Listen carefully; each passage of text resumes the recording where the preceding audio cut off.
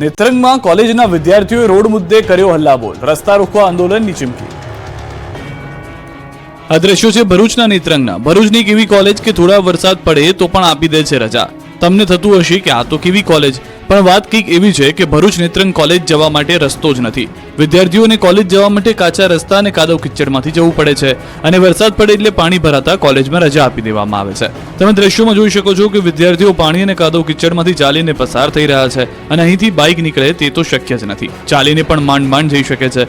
વિદ્યાર્થીઓનું કહેવું છે કે છેલ્લા કેટલાય વર્ષોથી આ જ સ્થિતિ છે અને અનેક રજૂઆત બાદ પણ કોઈ પગલાં નથી લેવાયા। ત્યારે વિદ્યાર્થીઓએ નેત્રંગ કોલેજ સુધી જવાનો માર્ગ બનાવવાની માંગ સાથે મામલતદારને આવેદનપત્ર પાઠવ્યું અને જો 7 દિવસમાં રસ્તાનું કામ શરૂ ન કરાયું તો રસ્તા રોકો આંદોલનની ચીમકી ઉચ્ચારી છે।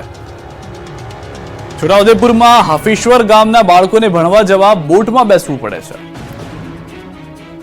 આઝાદીના 75 વર્ષ પછી પણ ગ્રામ્ય વિસ્તારમાં શિક્ષણ મેળવવા માટે બાળકોને રોજબરોજ સંઘર્ષ કરવો પડી રહ્યો છે। છોટાઉદેપુર જિલ્લાના ક્વાંટ તાલુકાનું હાફીશ્વર ગામ પણ આવો જ એક વિસ્તાર છે, જેના કિનારા પર રહેતા 9 બાળકો ચોમાસા દરમિયાન રોજ એક નાની બોટ થકી પાણીમાં 2 કિલોમીટરની મુસાફરી કરીને સ્કૂલે પહોંચે છે। ક્વાંટ તાલુકાના હાફીશ્વર ગામમાં મુખ્ય રસ્તા સુધી પાક્કો રોડ જાય છે, પરંતુ ડુંગરીની તળેટી વચ્ચે અલગ 6 ફળિયા એવા છે જ્યાં રસ્તા નથી। બીજી તરફ હાફીશ્વરના ચીવાડાના સામેના કિનારે પ્રાથમિક સ્કૂલ આવેલી છે। જૂના મંદિર ફળિયા અને ઝરણા ફળિયાના બાળકો કાચા રસ્તાનો ઉપયોગ કરીને સ્કૂલમાં જાય છે। ચોમાસામાં આ રસ્તા પર આવેલા કોતરોમાં પાણી ભરાઈ જતા હોવાથી અવરજવર માટે આ રસ્તો જોખમી બની જાય છે। અત્યારે કોતરોમાં પાણી ચલોચલ છે, ત્યારે 9 જેટલા વિદ્યાર્થીઓને અભ્યાસ માટે કોતરના એક કિનારાથી બોટમાં બેસાડીને નદીના સામા કિનારે આવેલી પાદર પડિયાની પ્રાથમિક સ્કૂલમાં વાલીઓ લઈ જાય છે અને એ પાછા આવે છે। આ બાળકો માટે સ્કૂલમાં જવાનો બીજો કોઈ રસ્તો નથી। આમ અભ્યાસ કરવા માટે બાળકો રોજ જીવ જોખમમાં મૂકે છે। પાણીમાં મગર હોવાની પણ શક્યતા છે। આ બોટની અને તેને ચલાવવા માટેના પેટ્રોલની વ્યવસ્થા પણ વાલીઓએ કરી છે। વાલીઓનું કહેવું છે કે સરકાર દીકરીઓનું ભણવાનું કહે છે, પરંતુ આ સ્થિતિમાં દીકરીઓને ભણાવવી કેવી રીતે? ખરેખર તો બોટની વ્યવસ્થા પણ સરકારે કરવી જોઈએ કે પછી ગામના એક છેડેથી વધુ એક નાની સ્કૂલ બનાવવી જોઈએ, જેથી ચોમાસામાં બાળકોને બોટમાં બેસીને જવું ન પડે। કંડલા પોર્ટ વિસ્તારમાં 350થી વધુ ઝૂંપડાઓ પર ફરી ગયું છે બુલડોઝર। દરિયાઈ કાંઠાના વિસ્તારોમાં કરવામાં આવેલા દબાણો પર ફરી બુલડોઝર ફર્યું છે। કચ્છમાં તંત્ર દ્વારા ચુસ્ત પોલીસ બંદોબસ્ત વચ્ચે દબાણો હટાવવાની કામગીરી હાથ ધરવામાં આવી। કંડલા પોર્ટ ક્રીક વિસ્તારમાં જે ગેરકાયદે દબાણો ખડકી દેવામાં આવ્યા છે તેની સામે તંત્રએ લાલાક કરી છે અને સવારથી આ દબાણો દૂર કરવામાં આવ્યા। કંડલા પોર્ટની આસપાસ આવેલા બંને વિસ્તારમાં દબાણ હટાવ કામગીરી હાથ ધરાઈ। દબાણ હટાવની કામગીરી દરમિયાન કોઈપણ પ્રકારના ઘર્ષણની સ્થિતિ ઉત્પન્ન ન થાય તે માટે ચુસ્ત પોલીસ બંદોબસ્ત ખડકી દેવામાં આવ્યો। અંદાજે 350થી વધુ ઝૂંપડાઓ પર બુલડોઝર ફરી વળતા ગરીબો ઘર વિહોણા થયા। રાષ્ટ્રીય સુરક્ષાને ધ્યાનમાં લઈને કાર્યવાહી કરાઈ। આજે સવારથી ચુસ્ત પોલીસ બંદોબસ્ત વચ્ચે કાર્યવાહી કરાઈ। તંત્રની કાર્યવાહીથી દબાણકર્તાઓમાં ફફડાટ ફેલાયો છે। બનાસકાંઠાના ડીસાથી રાશન કાર્ડમાં કેવાયસી કૌભાંડનો પર્દાફાશ। બનાસકાંઠાની ડીસા નગરી કૌભાંડની નગરી બની ગઈ છે। હવે રાશન કાર્ડમાં કેવાયસી કૌભાંડનો પર્દાફાશ થયો છે। ડીસાના પેચડાલ ગામમાં ગરીબોના હક પર તરાપ મારવાનું આખું ષડયંત્ર ચાલી રહ્યું હતું।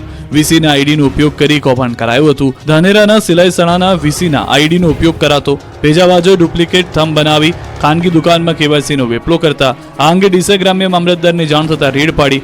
બાતમીના આધારે પેચડાલ ગામે રેડ કરી કમ્પ્યુટર સહિત થંબ કર્યો હતો જપ્ત। સમગ્ર ઘટના મામલે ડીસા મામલતદારે વધુ તપાસ હાથ ધરી। રાજકોટના સ્મશાનના લાકડા ભ્રષ્ટાચારીઓ કરી ગયા ચાઉ। રાજકોટ મહાનગરપાલિકાનું વધુ એક કૌભાંડ સામે આવ્યું છે, જેમાં ગાર્ડન શાખાએ શહેરમાં તૂટેલા વૃક્ષોને સ્મશાનમાં મોકલવાને બદલે બારોબાર નિકાલ કર્યાનો હોવાનો ધડાકો થયો। કોર્પોરેશન દ્વારા શહેરમાંથી તૂટેલા વૃક્ષોના લાકડા એકત્ર કરવામાં આવ્યા અને 35 જેટલી ગાડીઓ જુદા જુદા સ્મશાનમાં મોકલી દેવામાં આવી।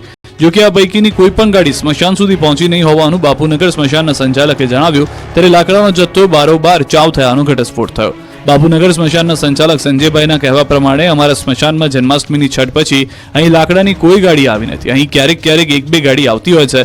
બીજી તરફ સ્મશાન માટે ચોપડે અલગ આંકડો અને રિયલમાં કંઈક અલગ ગાડીઓ પહોંચી છે।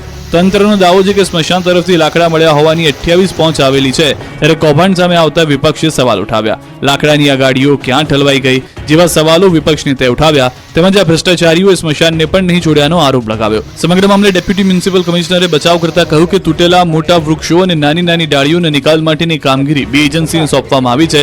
જો કોઈ પણ પ્રકારની ગેરરીતિ સામે આવશે તો દંડ ફટકારવા સહિત કડક પગલાં લેવાની ખાતરી પણ આપી છે। મહીસાગરના લંપટ શિક્ષકની કાળી કરતૂત જોવા મળી। શિક્ષિકાની કરી છેડતી। મહીસાગરના સંતરામપુરમાં શિક્ષણ જગતને શરમસાર કરતી ઘટના બની છે. લંપટ શિક્ષકનું શરમજનક કૃત્ય જોવા મળ્યું.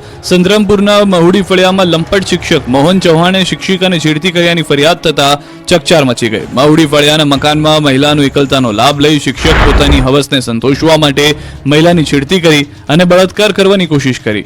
ભાડે રહેતી શિક્ષિકા એકલી હતી ત્યારે તેના ઘરમાં ઘૂસી લંપટ શિક્ષક આવી ગયો.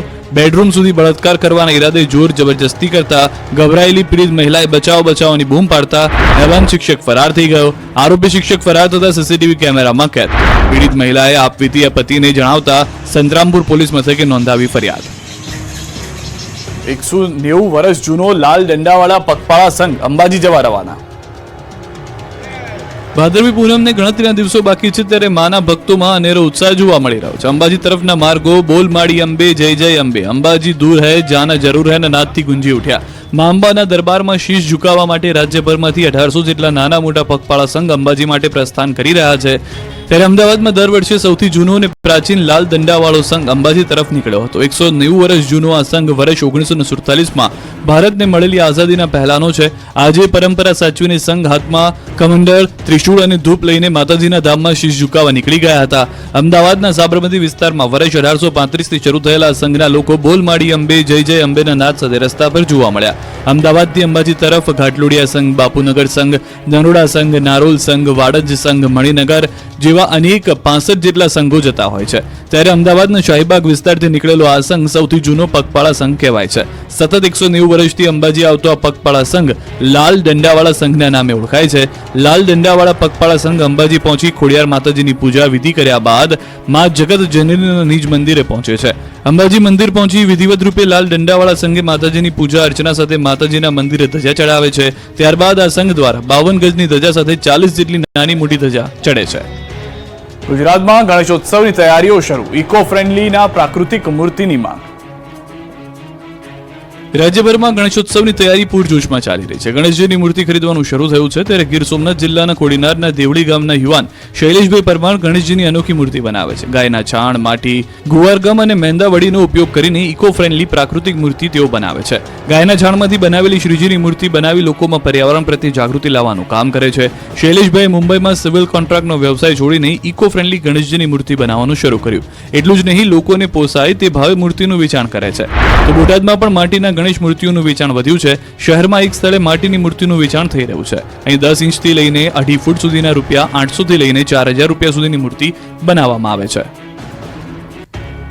ખેડાના કટલાલ પંથકમાં વિધર્મી શિક્ષકની અશ્લીલ હરકત મુદ્દે હિન્દુ સંગઠનોમાં ભારે રોષ.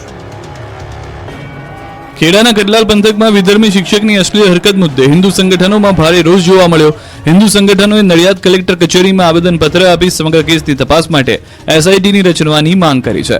50 વર્ષીય વિધર્મી શિક્ષક અખ્તર રમિયાએ શાળામાં ભણતી 9 વર્ષની બાળકી સાથે અડપલા કર્યા. સમગ્ર મામલે પોલીસે ફરિયાદના આધારે આરોપીની ધરપકડ કરી કાર્યવાહી હાથ ધરી. જેને લઈ હિન્દુ સંગઠનોએ આ કેસનો ઝડપી નિકાલ થાય અને ફાસ્ટ ટ્રેક કોર્ટમાં ચુકાદો આવે તેવી માંગ કરી છે. પોરબંદર પંથકમાં લીલો દુષ્કાળ જાહેર કરવા કોંગ્રેસ તરફથી માંગ કરવામાં આવી. પોરબંદર જિલ્લામાં પડેલા ધોધમાર વરસાદને કારણે ખેડૂતોને મોટા પાયે નુકસાન પહોંચ્યું છે. ખેતરો બેટમાં ફેરવાયા છે, પાક નષ્ટ થઈ ગયો છે, જમીનનું મોટા પાયે ધોવાણ થયું છે. ત્યારે કુતિયાણાના ખેડૂતોને કોંગ્રેસ દ્વારા રેલી યોજી મામલતદારને આવેદનપત્ર આપી સર્વે કરી લીલો દુષ્કાળ જાહેર કરવા માંગ કરાઈ છે. પોરબંદર જિલ્લાના ખેડ પંથકના ગામોમાં ભાદર, વેણુ, ઓજદ, મીણસર સહિતની નદીઓમાં કારણે 3 વખત પૂરની પરિસ્થિતિ સર્જાઈ છે, જેમાં ખેડૂતોને જમીનનું ધોવાણ તથા પાકનું નુકસાન થયું છે.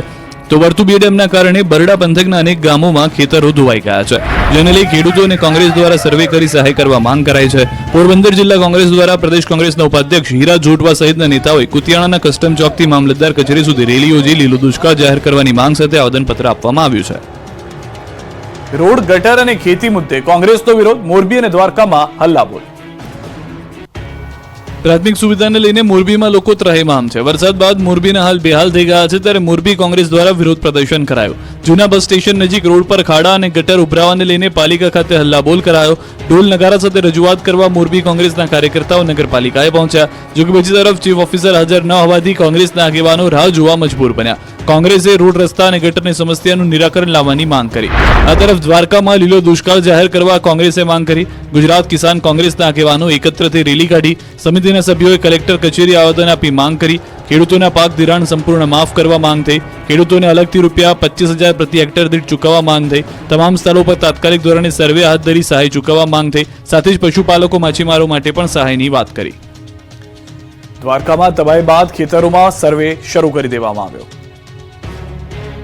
દેવભૂમિ દ્વારકા જિલ્લામાં અતિવૃષ્ટિ બાદ જિલ્લા ખેતીવાડી વિભાગ દ્વારા પાક નુકસાની સર્વેની કામગીરી પૂરજોશમાં શરૂ કરાઈ છે, જેમાં પાક નુકસાની સર્વે ત્વરિત પૂર્ણ કરવા માટે 30 ટીમો કાર્યરત છે અને સર્વે કામગીરી વધુ વેગવાન બનાવવા અન્ય જિલ્લામાંથી 17 ટીમો બોલાવાઈ રહી છે. આ પાક નુકસાનીની કામગીરી પારદર્શક બને તે માટે તલાટી, મંત્રી અને ગ્રામસેવક ગામોમાં જઈ ધરતીપુત્રોની ઉપસ્થિતિમાં કરી રહ્યા છે સર્વે. જિલ્લામાં ભારે વરસાદના પરિણામે કપાસ, શાકભાજી, સોયાબીન તથા મગફળીના પાકોને વ્યાપક નુકસાન થયું છે.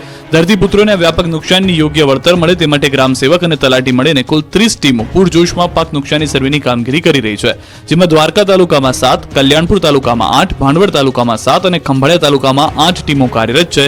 જિલ્લામાં કુલ 243 જેટલા ગામો પાક નુકસાનીનો પ્રાથમિક અંદાજ સીવી રહ્યા છે. રતનપરની મહિલાઓએ પાણી મુદ્દે બતાવ્યું પાણી, રોડ પર બેસી કર્યો ચક્કાજામ. સુરેન્દ્રનગરના રતનપુરના લોકો પાણી મુદ્દે પાણી બતાવી ચૂક્યા છે. વરસાદ થંભી ગયા અને 5 દિવસ થઈ ગયા છતાં રતનપરની અનેક સોસાયટીઓ હજુ પણ પાણીમાં ગરકાવ છે. 5 થી વધુ સોસાયટીમાં પાણી ભરાયા છે. ચામુંડા પાર્ક, દેવપાટી પ્લોટ સહિત આસપાસની સોસાયટીઓમાં વરસાદી પાણીથી ભારે હાલાકી થઈ રહી છે. અનેક વખત સ્થાનિક સદસ્યો સહિત પાલિકા તંત્રને રજૂઆત કરવા છતાં કઈ જ ઉકેલ નહીં આવતા અંતે લોકો વિફર્યા હતા. પાણીનો નિકાલ ન થતા લોકો રોડ પર આવી ગયા. મહિલાઓ સહિત લોકોનું ટોળું રોડ પર જ બેસી ગયું અને રસ્તો ચક્કાજામ કર્યો. સુરેન્દ્રનગરના રતનપર બાયપાસ પાસે રોડ ચક્કાજામ કરતા ટ્રાફિક જામ થઈ ગયો. મહિલાઓએ રસ્તા પર બેસી વિરોધ નોંધાવ્યો. મહિલાઓને રહીશોએ કર્યો ચક્કાજામ. રસ્તા પર ચક્કાજામને લીધે રોડની બંને સાઈડ ટ્રાફિક જામના દ્રશ્યો પણ સર્જાયા. વઢવાણ પોલીસ સ્ટાફે ઘટના સ્થળે પહોંચી ચક્કાજામ કરી રહેલા લોકોને સમજાવવાના પ્રયાસ કર્યા.